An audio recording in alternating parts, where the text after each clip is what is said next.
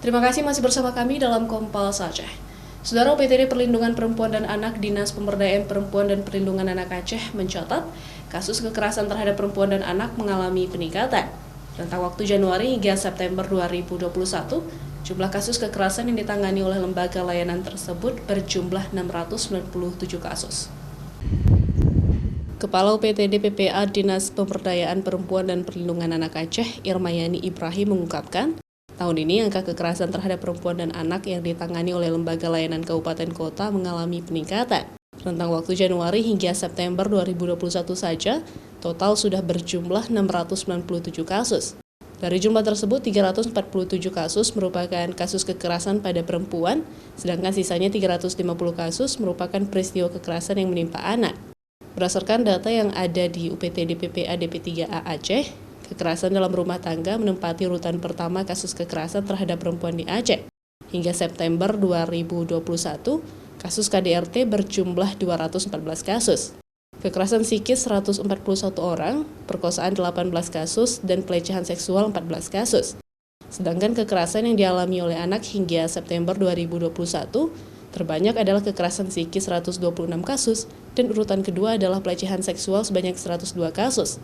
Sementara kasus pemerkosaan berjumlah 67 kasus. Itu untuk kasus perempuan ada sekitar 347 kasus, itu khusus untuk perempuan. Di antaranya 214 itu adalah kasus KDRT, kekerasan dalam rumah tangga. Sedangkan untuk kasus anak itu ada 350. Nah, 2021 ini per September itu 697. Kita belum lagi menerima yang Oktober, November, Desember.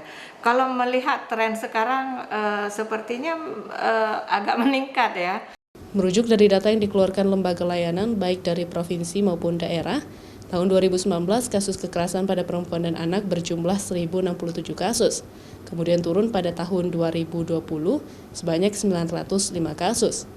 Namun bila dilihat dari jumlah kasus hingga bulan September yang hampir mencapai 700 kasus, jumlah kasus kekerasan pada perempuan dan anak diperkirakan meningkat dari tahun lalu, mengingat jumlah laporan yang diterima lembaga layanan di seluruh Aceh pada bulan Oktober hingga pertengahan Desember masih cukup tinggi. Pemerintah terus melakukan penanganan terhadap pelapor. Laporan kekerasan pada perempuan dan anak secara terbuka, baik lewat UPTD di provinsi maupun kabupaten kota, melalui hotline dan aplikasi Sapa Langsung ke kementerian. Pemerintah selanjutnya asesmen terhadap korban terkait penanganan hukum maupun pendampingan psikologis terhadap korban. Mustajab, Kompas TV, Banda Aceh.